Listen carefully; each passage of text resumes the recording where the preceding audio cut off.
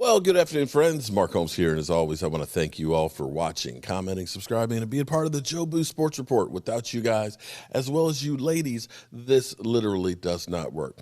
All right, we've got the schedule, and as I look right here, we have 119 days, 7 hours, 39 minutes, and 30 seconds away from kickoff of the Dallas Cowboys season, going against Tampa Bay.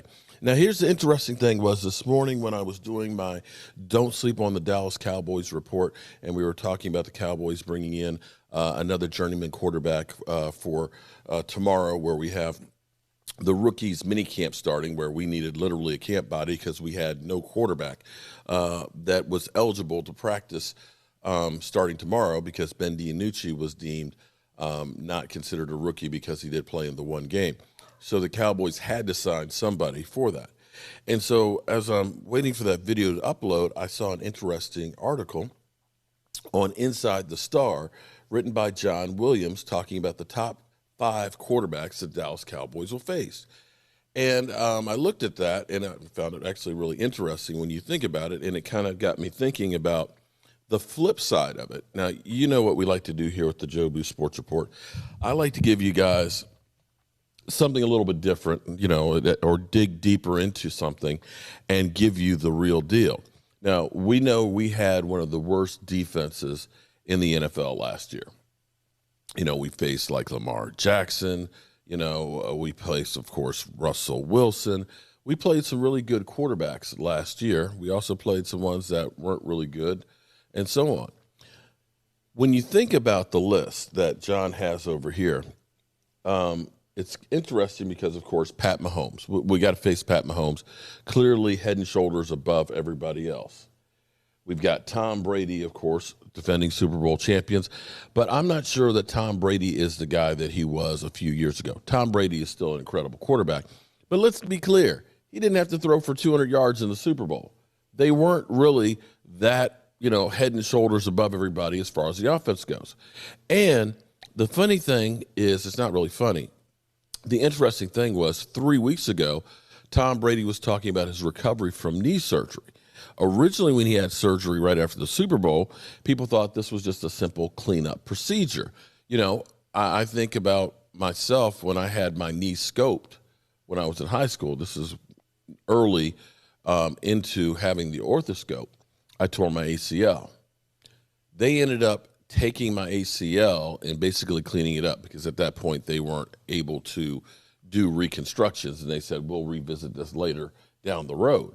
So they went in with the scope, they cleaned it all up and all that, and 2.5 weeks later, I actually played a football game, believe it or not, and played the next 6 games of that season with a knee that was kind of unstable, but I did. So Tom Brady had this surgery several months ago. 3 weeks ago, he said, he's getting closer and getting closer. And early reports were that he wouldn't be able to start practicing until probably June or possibly July. Just putting that out there that he is an older person that did have knee surgery that is still recovering. Not saying that that'll be an issue come the season, just pointing that out, that everything's not exactly hunky-dory. As you go down through this list, it's interesting because Justin Herbert is the number 3 rated quarterback, a guy going into his sophomore season where we know there's usually that sophomore slump. Just putting that out there. Of course, we've got Matty Ice he has on that list, who did throw for 4,500 yards, 26 touchdowns, and 11 interceptions. But his QBR was the 4th lowest of his career at 67. And then, of course, this is what really just blew me away and got me thinking that Kirk Cousins is the 5th rated quarterback on this list. The fact that you say the top 5 quarterbacks that the Cowboys face, number 5 is Kirk Cousins? Whoa, dude. Whoa. Yeah. But here's where it gets interesting, because I decided to look at all the other quarterbacks that the Cowboys will face. And I hate to say, or actually I'm happy to say this, that the Cowboys are facing journeymen and loser quarterbacks this year. I'll probably catch a lot of flack with that as well as the title, but If we just take the NFC East quarterback situation, Ryan Fitzpatrick, in his career, 59 and 86. Now, a lot of you will say, oh, he was just on loser teams and stuff. But it's interesting that, when you listen to the talking heads, they always say basically, if a quarterback, if they lose games, it's because of the quarterback. Nothing else matters. Well, he's had a 60.7% completion percentage and has 223 touchdowns to 169 interceptions. Not exactly a great ratio. Danny Dimes, 8 and 18, 62.2% completion percentage, and has 35 touchdowns and 22 interceptions to his career. Jalen Hurts is 1 and 3, 52% completion percentage, 6 TD passes, 4 interceptions. So collectively, if we take just the quarterbacks where we've got 6 games this season, they're 68 and 107, averaging a 58% completion percentage, 264 TDs, and 195 interceptions. Not exactly the cream of the crop as far as quarterbacks go. But let's add into this mix. We play Sam Darnold with Carolina, 13 and 25, 59.8 completion percentage, 45 TDs, 39 interceptions. Teddy Bridgewater, surprisingly enough, is one of the few quarterbacks that actually has a winning percentage. Even though he's a journeyman, we assume that he'll be starting for Denver as opposed to Drew Lock. But he's 26 and 23, 66.5% completion percentage, 53 TDs, 36 interceptions. Wow. You got Derek Carr. You would think that Derek Carr would be one of the better quarterbacks we face, but he's 47 and 63, 64.4% completions, 170 and 71. I might actually put Derek Carr ahead of Kirk Cousins and take Kirk Cousins off that list.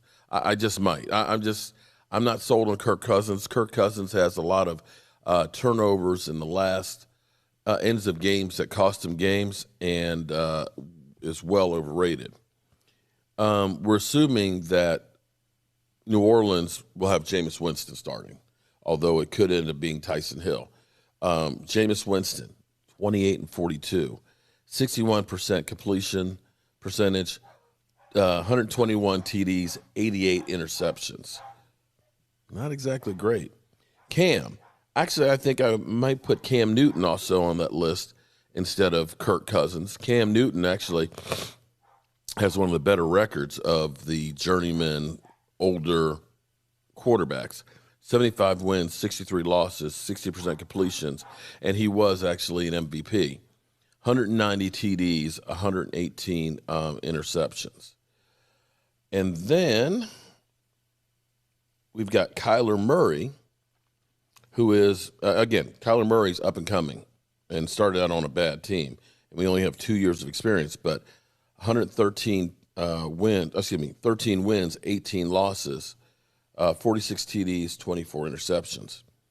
And, of course, we talked about Justin Herbert at 6 and 9. So when you look at this list, we're not facing the cream of the crops. We're not facing the Aaron Rodgers, the Lamar Jackson, the Russell Wilsons. This may be a great recipe for the Dallas Cowboys defense to get themselves together and give them time to gel and definitely get some confidence builders. I mean, what better confidence builders do you have than Daniel Jones and, Jameis Winston? I mean, you're talking about guys that are turnover machines. So I love this aspect of it.